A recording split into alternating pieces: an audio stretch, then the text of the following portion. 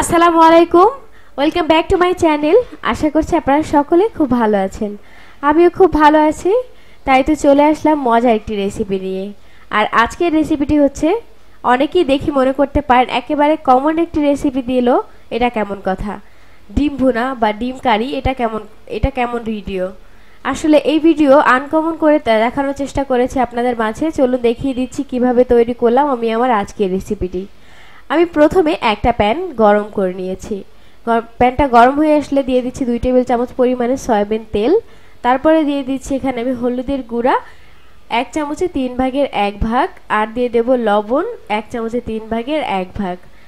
হলুদের গুঁড়াটা আমি দিয়েছি। এভাবে করে যদি আপনারা হলুদের গুঁড়াটা তেলের মধ্যে দেন, তাহলে কিন্তু ডিমটা আর হাত দিয়ে হলুদ বা লবণ এগুলো মেশানোর কোনো প্রয়োজন হয় না, খুব ভালোভাবে ডিমের গায়ে লেগে যায়। দিয়ে আমি খুব ভালো করে মিশিয়ে দিলাম। দেখতেই পাচ্ছেন, এখন আস্তে আস্তে ডিমগুলো দিয়ে দিচ্ছি। আমি টোটাল এখানে 8টি ডিম নিয়েছি। ডিমগুলো এভাবে করে হাতা দিয়ে বারবার করে উল্টে পাল্টে ভেজে নিতে হবে। খুব ভালো করে কাজটি করতে হবে।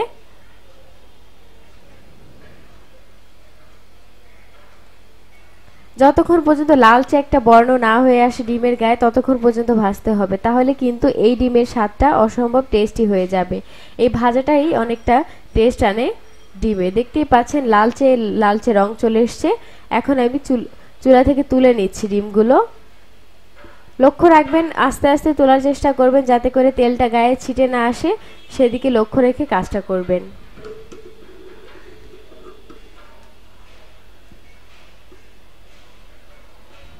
সবগুলো ডিম আমি তুলে নিয়েছি। এখন আমি এই তেলেই দিয়ে দিচ্ছি পেঁয়াজ কুচি।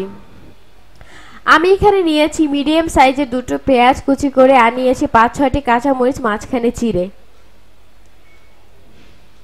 দিয়ে দিচ্ছি খুব ভালো করে।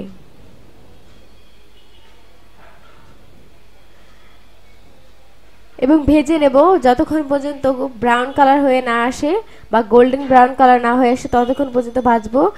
সাধারণত আমরা পেঁয়াজ বেরেস্তা যেরকম করে থাকি সেরকম করে আমি ভেজে নিয়েছি। এখন দিয়ে দিচ্ছি 3টে শুকনো মরিচ। আর শুকনো মরিচটাতে কিন্তু ফ্লেভারটা ভালো আনবে এবং দেখতে রংটা একটু পরিবর্তন হয়ে যাবে। এখন দিয়ে দিচ্ছি সামান্য পরিমাণে পানি, আর পানিটা অ্যাড করছি মশলাটা কষানোর জন্য।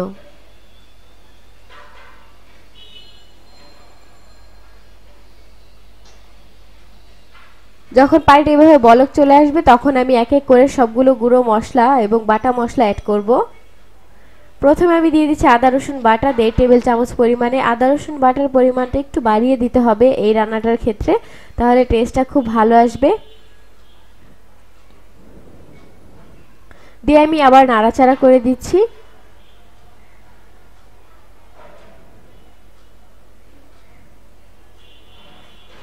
এখন আমি গুঁড়া মশলাগুলো অ্যাড করছি।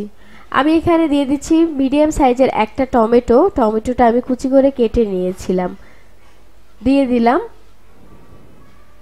দিয়ে এখন আমি অপেক্ষা করব না বা একেবারে ভাজা ভাজা করার কোনো প্রয়োজন নেই।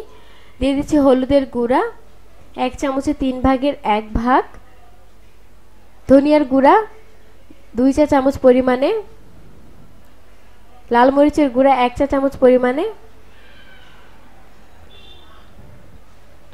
গুঁড়া মশলাটা দিয়ে আমি একটু নাড়াচাড়া করে দিচ্ছি।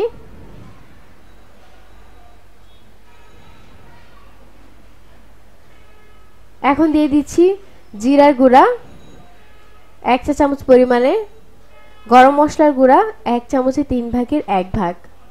সবগুলো মশলাই কিন্তু আমি দিয়ে দিয়েছি। আপনারা দেখেই বুঝতে পারছেন আমি গুঁড়া মশলাগুলো কত সুন্দরভাবে দিয়ে দিলাম। আর গুঁড়া মশলাটা অবশ্যই আপনারা ব্যবহার করবেন একেবারে পারফেক্টলি। গরম মশলাটা ব্যবহার করলে কিন্তু অনেক সুন্দর একটা টেস্ট ফ্লেভার চলে আসে এবং টেস্টটাও অনেকটা বেড়ে যায়।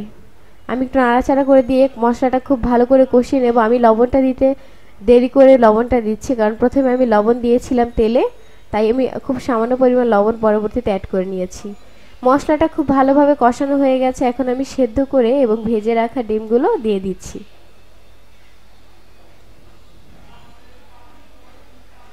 সবগুলো ডিম এখানে আমি দিয়ে দিচ্ছি।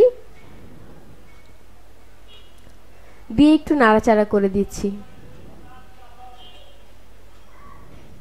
আর এই নাড়াচাড়াটা করে আর চাইলে আপনার এই পানিটা, আমি যে পানিটা এখন অ্যাড করছি সেটা একটু পরবর্তীতেও করতে পারেন, কিন্তু আমি চাইছি একেবারেই পুরো রান্নাটা শেষ করে নেব। তার জন্য বারবার করে একটু পরপর এই মশলা সেই মশলা না দিয়ে একেবারে অ্যাড করে দিচ্ছি সবগুলো। দেখতেই পাচ্ছেন এটা কত সুন্দরভাবে বলক চলে এসছে।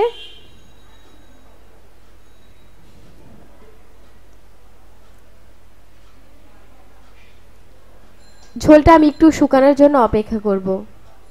যতক্ষণ পর্যন্ত ঝোলটা না শুকাবে ততক্ষণ পর্যন্ত চুলার আঁচটা মিডিয়ামে রেখে রান্নাটা করতে হবে।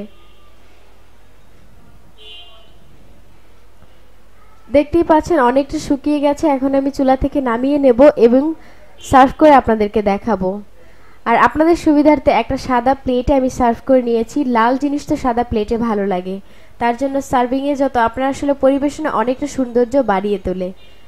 আমরা রান্না যতটা ভালোভাবে করি সবসময় চেষ্টা করব সার্ভিংটাও তার চাইতে বেশি ভালোভাবে করে নেওয়ার জন্য। আশা করছি এই ভিডিওটি আপনাদের কাছে খুব ভালো লেগেছে। সবসময় চেষ্টা করি সহজভাবে তৈরি করে দেখানোর জন্য, সহজভাবে আপনাদের সামনে তুলে ধরার জন্য। আজকে এই পর্যন্ত। আল্লাহ হাফিজ।